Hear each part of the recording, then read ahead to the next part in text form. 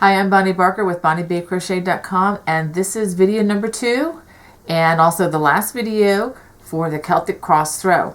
Okay, if you've been following along with the first one, you should have something that looks something like this. Okay, and I wanted to show you just to verify. I decided not to make this larger. I decided to stick with the pattern. I think that would serve you the best. And if you've gotten to this point, you should have 1, 2, 3, 4, 5, 6 of the large cables, and you should have the cross row plus 1, 2, 3, 4 more rounds, I should say. And I am ending this round with the front side facing, and then after we do that round, we're ready to do the final perimeter round, which will kind of give it a little nice finishing edge. For those of you who have done the reverse single crochet or the knurl stitch, that's what I'm going to be using. Now, if you like the way the Afghan looks as is, and you want to say, I don't want to do that round, I just want to be done now, that's fine. Or you can even just do, with front side facing, do a slip stitch all the way around if you prefer to do that. I like to use the knurl because it gives it a nice finish, but some people find it kind of a little difficult. So I'm going to go ahead and demonstrate how to start this stitch. When I get to the corners, I'm going to do about 3 of these stitches in the chain 2 space as I go around. Okay, well, let me go ahead and show you a little up close how to do this stitch. Okay, I want to show you the knurl stitch up close. I'm just working in a small swatch because that throw has gotten so large, and I want you to be able to see this clearly. When I begin this stitch, I generally chain 1. I usually skip the first stitch because it avoids having a real big bulge there.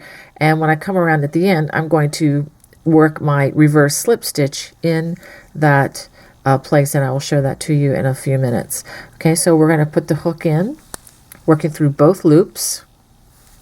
Pull up a loop just like you would in a single crochet, yarn over and pull through 2. The only difference is we're going the opposite direction, and I know that is challenging, but give it a try. Put your hook in those 2 loops, yarn through, yarn over and pull through, hook in, pull up a loop, yarn over and pull through 2.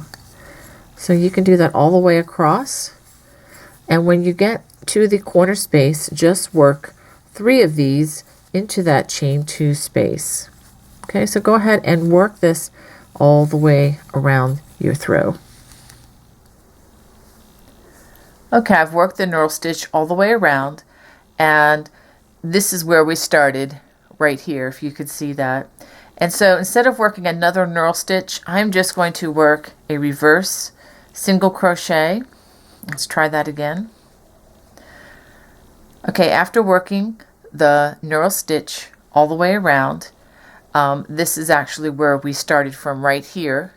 So we don't have these stitches too bunched up. I'm going to go right to the next spot, and I'm going to work a reverse slip stitch, just like this.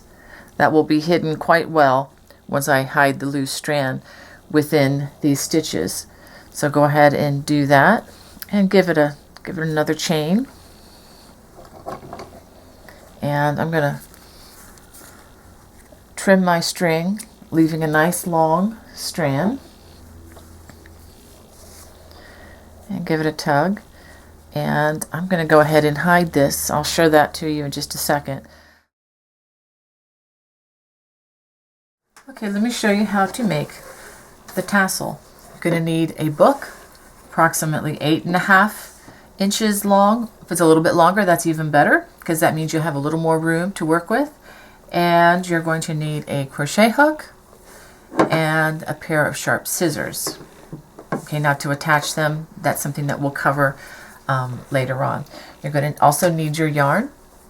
So let's go ahead and take the book, and I just hold it gently like this, and we are going to wrap it around the book a total of 40 times.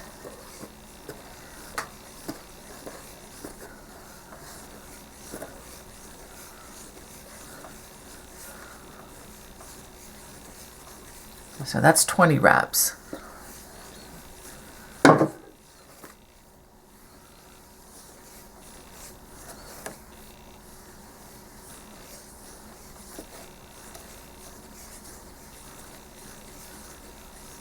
Okay, I've gone around 40 times. Now if you lose track and you have 1 or 2 extra strands, it's really not going to be that big of a deal. I would still go with it. Okay, so now we're going to cut these with our scissors, just very carefully. Okay. Okay, now I have all my strands. I know it looks like a mess right now with the curliness of the yarn, but we're going to take care of that in just a minute. Now you're going to also need to cut 2 more pieces. You can just estimate 12 to 14 inches each. There's 1 and another one, 2. I'm going to put this one over here. I'm going to take the first one and I'm going to try to find the middle. This is not, you know, hugely a big deal. I mean, it doesn't have to be super accurate, but you want it to be, you know, in the ballpark. So I'm going to start to tie a small knot, but first I'm going to check to see.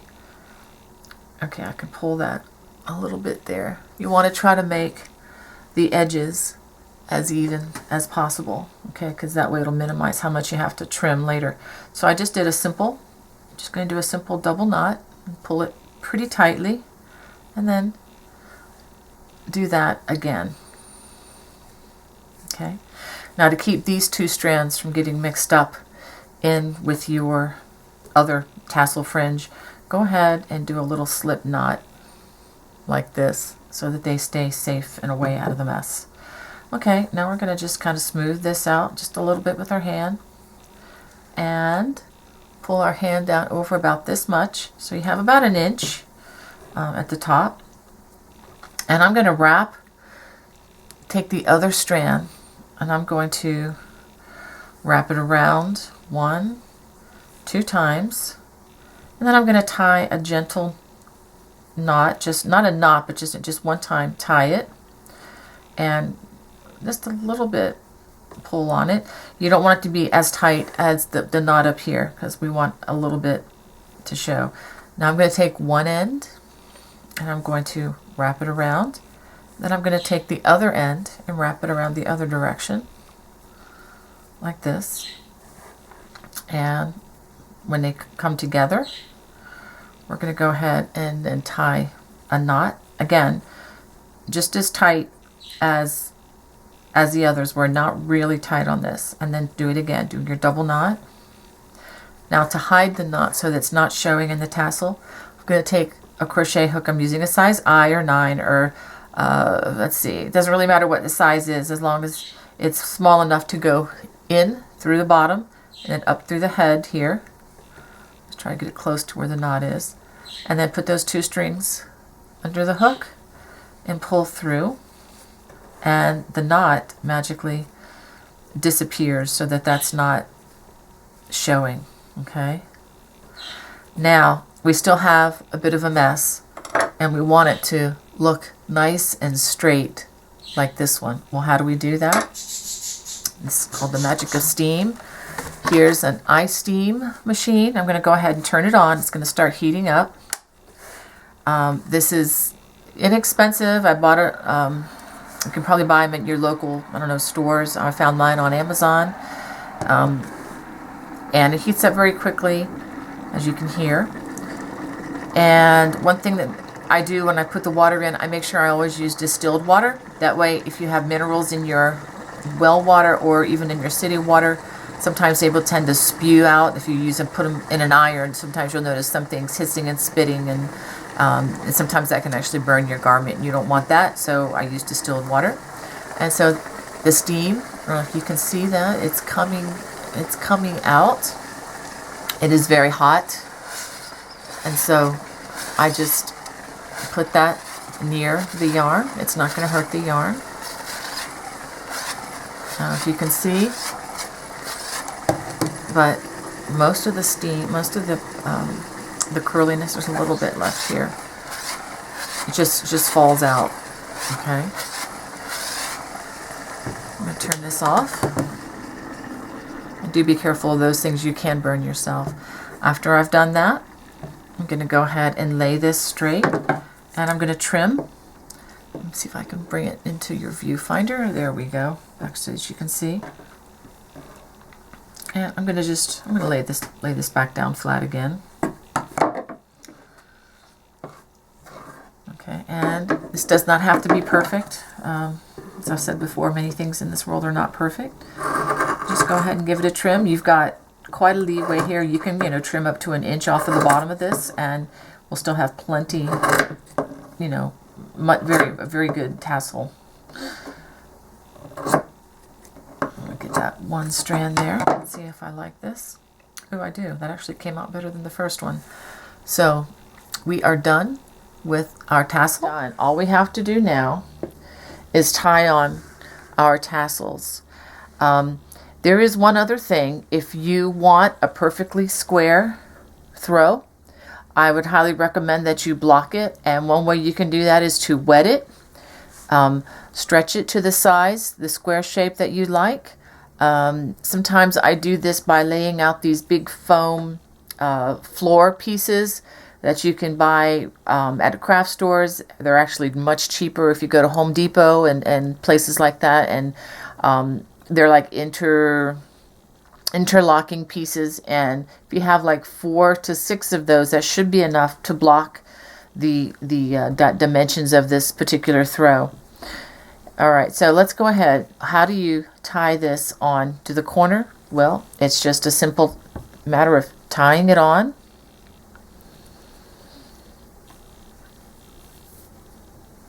Okay.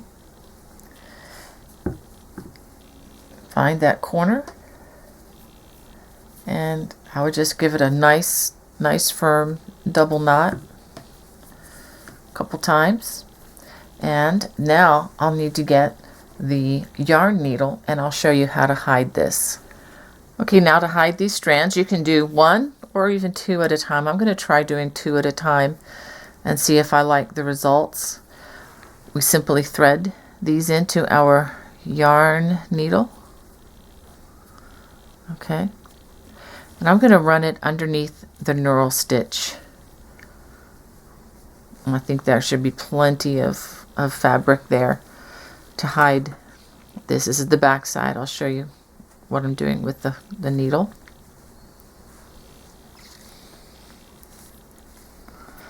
The nice thing about having a solid color is it's really easy to hide things in here. I might actually go down a couple more inches just to make sure it's really hidden well.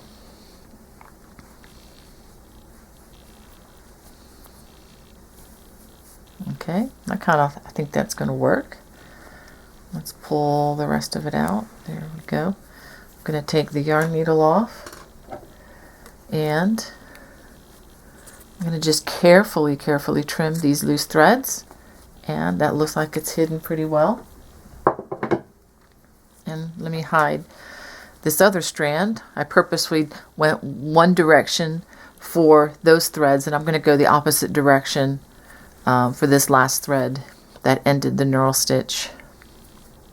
And of course I'll have many more of these to hide where I attached the various balls of yarn, but that doesn't take long. It's time well invested. And let me put a little plug in too for my book Winning at the Fair, where I kind of detail and go through a judge's sheet, how to make the best at the county fair.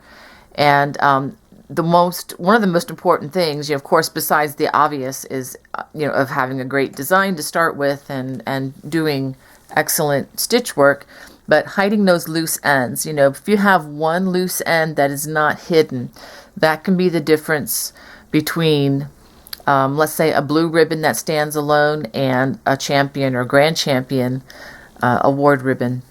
Or even between first and second place. If judges find one little strand on the Afghan, there are points deducted for that. So even just to have a nice garment, it's nice to not have a bunch of strings hanging on it. Okay, well, that ends video number 2. I just need to attach a few more tassels here, and my project is going to be all done. If you like this tutorial, please hit that little subscribe button up in the right hand corner. I would love to have you come check out some of my other designs. I have beginning designs as well as many intermediate designs for the crocheter who's wanting to grow their skills and keep crochet alive and blessing many. Anyway, God bless. Take care. Bye-bye.